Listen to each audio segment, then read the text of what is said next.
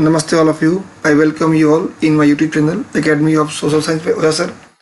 And in this video we are going to discuss about some important questions of the Democratic Politics textbook of class 9th, and the name of the chapter is Constitutional Design. इस video में हम लोग class 9th के democratic politics से एक chapter को लेंगे और उस चैप्टर के महत्वपूर्ण प्रश्नों पर चर्चा करेंगे।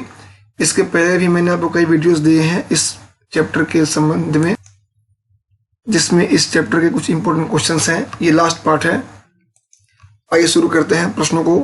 पहला प्रश्न है, डिफाइन द प्रीएम्बल। प्रीएम्बल को परिभाषित करें।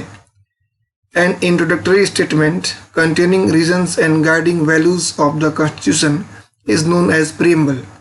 प्रीएम्बल एक इंट्रोडक्टरी स्टेटमेंट है जिसमें वो सभी कारण और वो सभी गाइडिंग वैल्यूज दिए गए हैं जो कॉन्स्टिट्यूशन की ओर इशारा करते हैं, जो कॉन्स्टिट्यूशन के बारे में बताते हैं, और इसी इंट्रोडक्टरी स्टेटमेंट को हम कहते हैं प्रीएम्बल। दूसरा प्रश्न है, state the steps involve in the framing of Indian constitution. Indian constitution को बनाने के संबंध में कौन कौन से स्टेप लिए गए उसके बारे में लिखना है आपको। तो यहाँ उसका उत्तर है, the constituent assembly drafted the constitution. Constitution को लिखने के लिए कॉन्स्टिट्यूएंट असेंबली ने काम किया ड्राफ्टिंग का।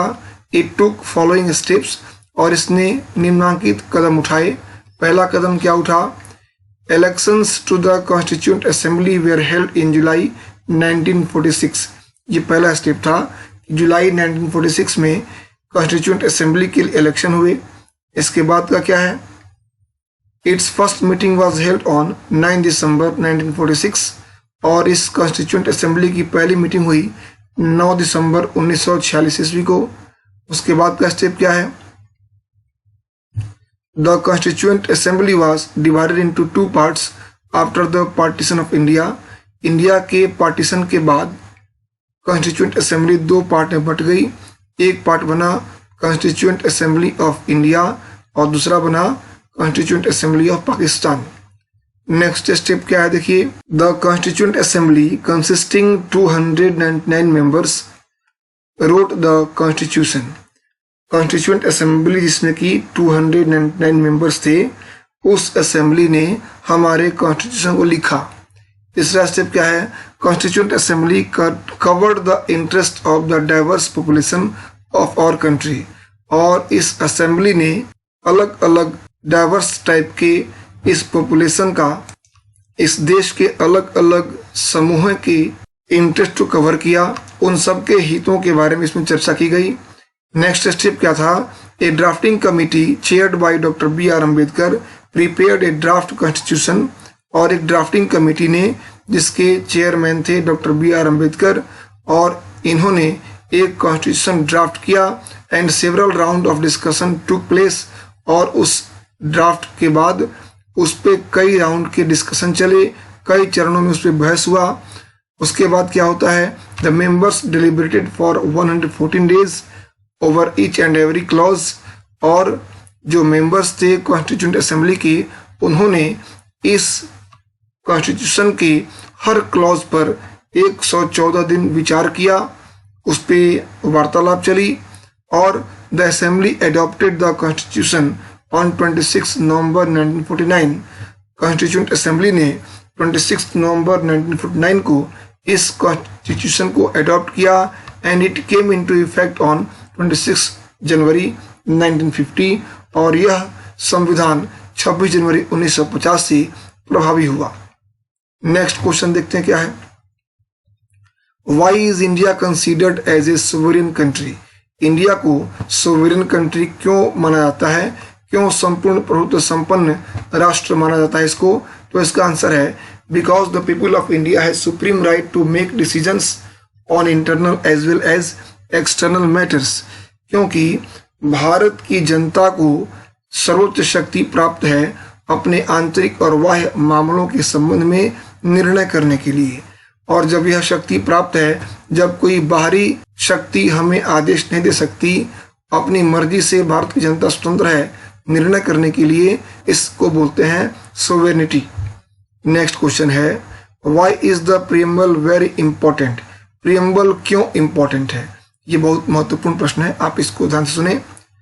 आंसर है, it declares India to be a sovereign socialist secular and democratic republic. यह भारत को एक सोवेरियन अर्थात संपूर्ण प्रभुत्व संपन्न, सोशलिस्ट समाजवादी, सेकुलर अर्थात पंथ निरपेक्ष, एंड डेमोक्रेटिक रिपब्लिक और लोकतांत्रिक गणराज्य घोषित करता है। और क्या है? It envisages justice, social, economic and political for all the citizens of India. यह भारत के सभी नागरिकों के लिए सामाजिक, आर्थिक और राजनीतिक न्याय की परिकल्पना करता है। और क्या करता है ये? It promises liberty of all types necessary for the individual, i.e. freedom of thought and expression, freedom of faith, freedom of belief and of worship. यह व्यक्ति के लिए आवश्यक सभी तरह की स्वतंत्रता के बारे में कहता है, जैसे फ्रीडम ऑफ थॉट विचारों की स्वतंत्रता, एंड एक्सप्रेशन और विचारों को अभिव्यक्त करने की आज़ादी, फ्रीडम ऑफ फेथ किसी भी मान्यता को मानने की आज़ादी, freedom of belief end of worship किसी भी विश्वास को मानने की आज़ादी, और किसी भी धर्म को अपनाकर पूजा करने की या उसको मानने की या उसका आचरण करने की आज़ादी की प्रॉमिस करता है हमारा ये प्रीएम्बल। और क्या करता है? It would strive for equality of status and opportunity to all individuals. यह सभी इंडिविजुअल्स को equality of status and equality of opportunity के लिए प्रयास करता है, उसको इंश्योर करता है। और क्या करता है preamble? It promotes fraternity which assures the dignity of the individual and the unity and integrity of the nation. यह भाईचारे को बढ़ाता है जो हर व्यक्ति की गरिमा और देश की एकता और अखंडता को सुनिश्चित करता है। तो यह हमारा प्रीएम्बल काम करता है। अगला प्रश्न है, throw some light on the composition of the constituent assembly. Constituent assembly के कॉम्पोजिशन पर कुछ आप प्रकाश डालें। तो इसका आंसर है, the constitution of our country was written by the constituent assembly. हमारे देश का संविधान हमारे देश की संविधान सभा द्वारा लिखा गया, which was constituted in 1946 under the provision of cabinet mission plan. और इस कॉन्स्टिट्यूएंट असेंबली का निर्माण कैबिनेट मिशन योजना के प्रस्तावों के तहत 1946 में किया गया। There were 389 members in the Constituent Assembly. इस संविधान सभा में 389 सदस्य थे। Most of them were elected by provincial assemblies. उनमें से अधिकांश का चयन provincial assemblies के द्वारा हुआ था। And some of them nominated by the rulers of native states. और उनमें से कुछ का नॉमिनेशन हुआ था, मनोनयन हुआ था नेटिव स्टेट्स के शासकों के द्वारा। और after the partition of the country, देश के विभाजन के बाद, the number of the members reduced to 299। और जब देश का विभाजन हो गया तो इस संविधान सभा के सदस्यों की संख्या 299 रह गई घट करके। This assembly consisted doctor Rajendra Prasad, Pandit Jawaharlal Nehru, Sardar Patel, Maulana Abul Kalam Azad etc। और इस संविधान सभा में डॉक्टर राजेंद्र प्रसाद, पंडित जवाहरलाल नेहरू, सरदार पटेल और मौलाना अबुल कलाम आजाद जैसे नेतागण शामिल थे। तो इस तरह से 5 प्रश्नों का सेट है। उम्मीद करते हैं आपके लिए लाभदायक सिद्ध होगा। अगले वीडियो में फिर मिलते हैं, तब तक के धन्यवाद। Thank you for watching.